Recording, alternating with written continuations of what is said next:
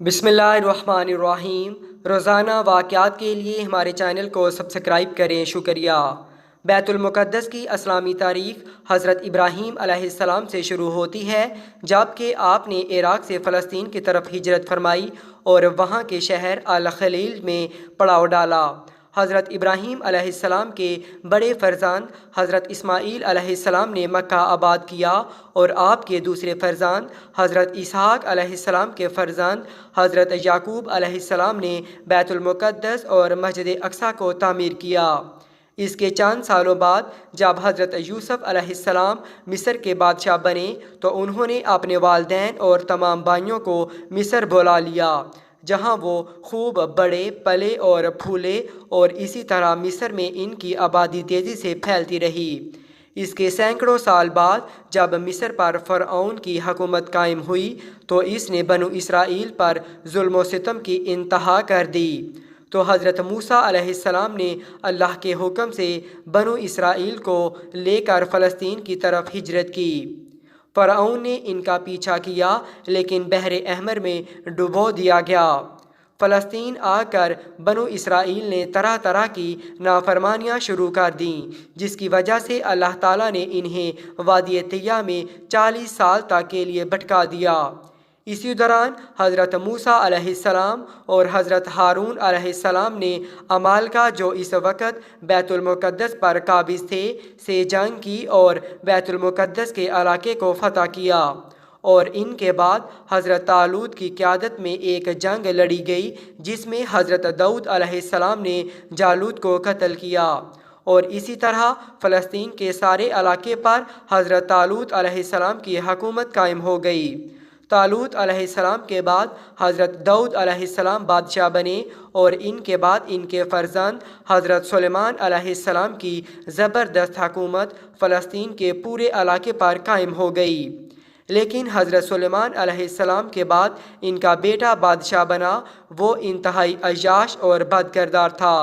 اس نے اپنی قوم میں بے حیائی اور بت پرستی عام کر دی، اور یہ بھی سابقہ اقوام کے اخلاقی اور اعتقادی بیماریوں میں مبتلا ہو گئے، جس کی وجہ سے اللہ نے بابل کے بادشاہ بخت نصر کو ان پر مسلط کر دیا، جس نے 578 قبل مسیح ایک زوردار حملہ کر کے سلطنت یہودیہ کے تمام چھوٹے بڑے شہروں کی اینٹ سے اینٹ بجا دی، یروشلم اور ہیکل سلیمانی کو پیوند خاک کر دیا، ہزاروں لوگوں کو تہہ و تیگ کر دیا، اور جو بچے اور عورتیں بچ گئے انہیں اپنے ساتھ عراق لے گیا۔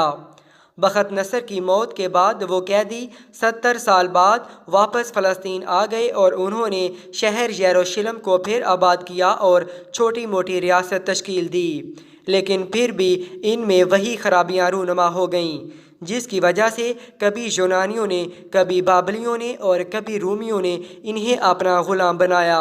حضرت عیسیٰ علیہ السلام کے زمانے میں ان کی عوام ہی نہیں، علماء کا طبقہ بھی اس قدر گمراہ تھا کہ شرک، بدکاری، انبیاء کے قتل اور شراب نوشی وغیرہ کو گناہ تک بھی نہیں سمجھا جاتا تھا۔ ان یہودی علماء، ربیوں اور فرسیسیوں نے حضرت عیسیٰ علیہ السلام کو قید کرانے اور پھر سولی پر چڑھانے کے لیے طرح طرح کی سازشیں اور کس قدر نیچ حرکتیں کیں، اس کی کچھ تفصیل موجودہ انجیلوں میں بھی مل سکتی ہے۔ حضرت عیسیٰ علیہ السلام کے رفع السماء کے بعد سن 70 عیسوی میں اللہ تعالیٰ نے ان پر رومی حاکم ٹائٹس کو مسلط کر دیا، جس نے 1,33,000 یہودیوں کو قتل کر دیا۔ 67,000 کے قریب غلام بنا لیے گئے، جنہیں بھوکے درندوں کے سامنے کھانے کے لیے ڈالا گیا۔ اٹلی اور یونان کے ایمفی تھیٹرز میں ان یہودی غلاموں کو نشانہ درست کرنے کے لیے لٹکایا گیا۔ یروشلم اور ہیکل سلیمانی کی اینٹ سے اینٹ بجا دی گئی، اور خوبصورت لڑکیوں کو فاتحین کے لیے چن لیا گیا۔ اس کے بعد یہود 1750 سال تک پھر کبھی اس سرزمین میں آباد نہیں ہو سکے۔ اسرا اور معراج کی رات رسول اکرم صلی اللہ علیہ وآلہ وسلم کا مسجد حرام سے مسجد اقصیٰ تک کا سفر، اور پھر وہاں سے ساتوں آسمان کی سیر، اور پھر آسمان سے بیت المقدس کی طرف نزول، اور پھر براق سے مکہ واپسی، خود اس بات کے واضح اشارے تھے کہ اب بیت المقدس کی سرزمین جلد ہی اسلام اور مسلمانوں کے زیر سایہ آنے والی ہے۔ پھر رسول اکرم صلی اللہ علیہ وآلہ وسلم کا 16 یا 17 ماہ تک مسجد اقصیٰ کی طرف رخ کر کے نماز پڑھنا گویا اس بات کی صراحت تھی کہ اب یہ مقدس سرزمین نہ یہود کی ہے نہ عیسائیوں کی، یہ صحیح دین اور صحیح اسلام کے پیروکار کی ہے۔ اسلام کے فاتح حضرت عمر فاروق رضی اللہ تعالیٰ عنہ بیت المقدس کو فتح کرنے والے سب سے پہلے مسلم جرنیل ہیں۔ حضرت ابو بکر صدیق رضی اللہ تعالیٰ عنہ نے جب شام میں چڑھائی کی تو ہر صوبہ پر الگ افسر بھیجے، چنانچہ فلسطین حضرت عمرو بن العاص رضی اللہ تعالیٰ عنہ کے حصے میں آیا۔ بعض مقامات دور صدیقی میں ہی فتح کر لیے گئے اور باقی شہر دور فاروقی میں فتح کیے گئے۔ یرموک کی فتح کے بعد سب سے آخر میں بیت المقدس کا محاصرہ کیا گیا۔ عیسائی قلعہ بند ہو کر لڑتے رہے۔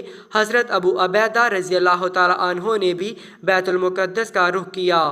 عیسائیوں نے ہمت ہار کر صلح کی درخواست کی اور بیت المقدس کے پادری نے مسلمانوں کے سامنے یہ شرط رکھی کہ اگر آپ کے امیر المومنین رضی اللہ تعالیٰ عنہ بذات خود یہاں تشریف لائیں گے تو میں شہر کی چابیاں ان کے حوالے کروں گا۔ اور حضرت عبیدہ رضی اللہ تعالیٰ عنہ نے امیر المومنین حضرت عمر فاروق رضی اللہ تعالیٰ عنہ کو خط لکھا کہ بیت المقدس کی آزادی آپ کی تشریف آوری پر موقوف ہے۔ امیر المومنین کو اطلاع ملی تو آپ نے بعد از مشاورت حضرت علی رضی اللہ تعالیٰ عنہ کو اپنا نائب مقرر کر کے رجب 16 ہجری میں مدینہ منورہ سے بیت المقدس کے لیے روانہ ہوئے۔ ابن اسیر رحمۃ اللہ علیہ رقم تراز ہیں کہ یہ سفر انتہائی سادہ تھا۔ ایک اونٹنی، اس پر 2 تھیلے، ایک میں ستو اور دوسرے میں کھجوریں، ساتھ میں پانی سے بھرا ایک مشکیزہ۔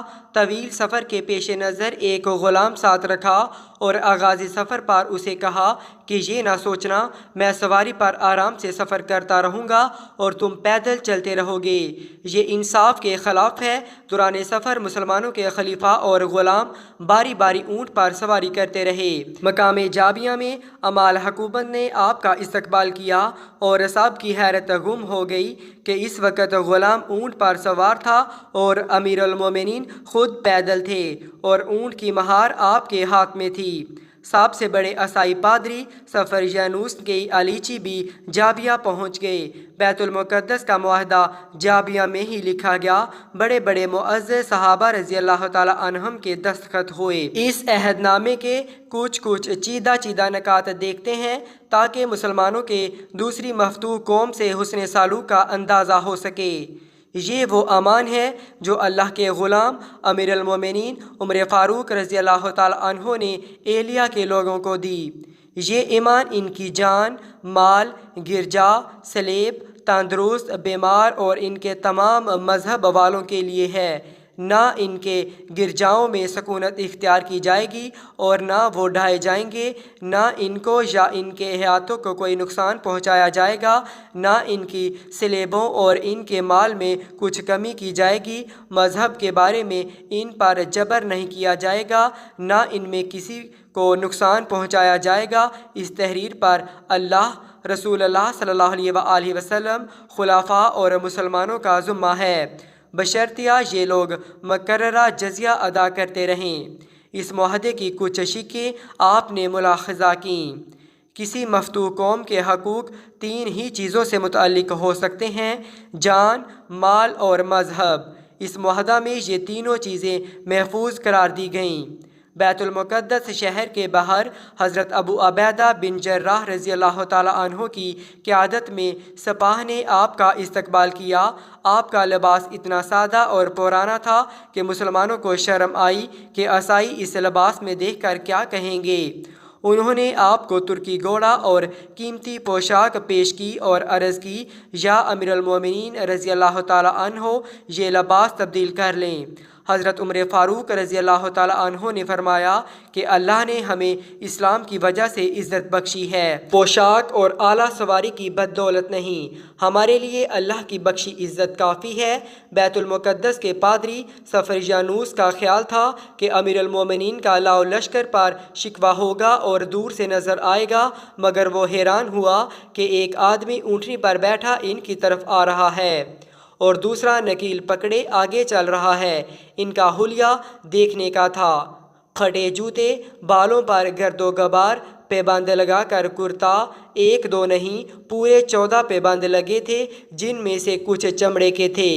پادری نے دل میں سوچا کہ وہ عظیم المرتبت فاتحہ جس نے سلطنت روم اور فارس کو تخت و تاراج کیا، وہ یہ نہیں ہو سکتا۔ کیا خلیفہ ایسا سادہ اور درویش صفت ہو سکتا ہے؟ وہ اپنی بات زبان پر نہ لا سکا۔ امیر المومنین رضی اللہ تعالیٰ عنہ اس حال میں بیت المقدس میں داخل ہوئے کہ رومیوں نے عالم عرب و عجم کے فرمانرواؤں کے لیے دروازے کھول دیے، شہر کی چابیاں پیش کی اور کہا کہ بے شک آپ ہی فاتح بیت المقدس ہیں۔ حضرت عمر فاروق رضی اللہ تعالیٰ عنہ بیت المقدس کے ایک بڑے گرجے میں موجود تھے۔ نماز کا وقت ہو گیا۔ عیسائیوں نے کہا کہ آپ رضی اللہ تعالیٰ عنہ یہی نماز پڑھ لیں۔ آپ رضی اللہ تعالیٰ عنہ نے فرمایا، اسے دلیل بنا کر مسلمان بعد میں گرجا کو زبردستی مسجد میں تبدیل نہ کر دیں۔ گرجے سے باہر نکل کر نماز ادا کی۔ اس مقام پر ایک مسجد تعمیر ہوئی جو مسجد عمر کہلائی۔ ایک دن نماز کے وقت حضرت بلال رضی اللہ تعالیٰ عنہ سے درخواست کی کہ آج اذان دو۔ حضرت بلال رضی اللہ تعالیٰ عنہ نے کہا کہ میں عزم کر چکا تھا کہ رسول اللہ صلی اللہ علیہ وآلہ وسلم کے بعد کسی کے لیے اذان نہیں دوں گا، لیکن آج آپ رضی اللہ تعالیٰ عنہ کا ارشاد بجا لاؤں گا۔ اذان دینی شروع کی تو تمام صحابہ کو عہد نبوی صلی اللہ علیہ وآلہ وسلم یاد آ گیا اور رکعت طاری ہو گئی۔ ابو عبیدہ رضی اللہ تعالیٰ عنہ اور معاذ بن جبل رضی اللہ تعالیٰ عنہ روتے روتے بے تاب ہو گئے۔ حضرت عمر فاروق رضی اللہ تعالیٰ عنہ کی بھی ہچکی لگ گئی اور دیر تک ایک عجیب اثر رہا۔ حضرت عمر فاروق رضی اللہ تعالیٰ عنہ بیت المقدس سے واپسی میں مفتوحہ علاقوں کا دورہ کر کے سرحدوں کی حفاظت کا انتظام کرتے ہوئے مدینہ منورہ واپس تشریف لے گئے۔ اس کی خبر حضرت علی رضی اللہ تعالیٰ عنہ اور دیگر مسلمانوں کو مل چکی تھی، چنانچہ انہوں نے مدینہ کے باہر آپ رضی اللہ تعالیٰ عنہ کا عظیم الشان استقبال کیا اور یوں تاریخ انسانی کا یہ منفرد سفر اختتام پذیر ہوا۔ ویڈیو اچھی لگی ہو تو پلیز چینل کو سبسکرائب کر دیجیے گا اور ویڈیو کو لائک کرنا نہیں بھولیے گا۔ شکریہ۔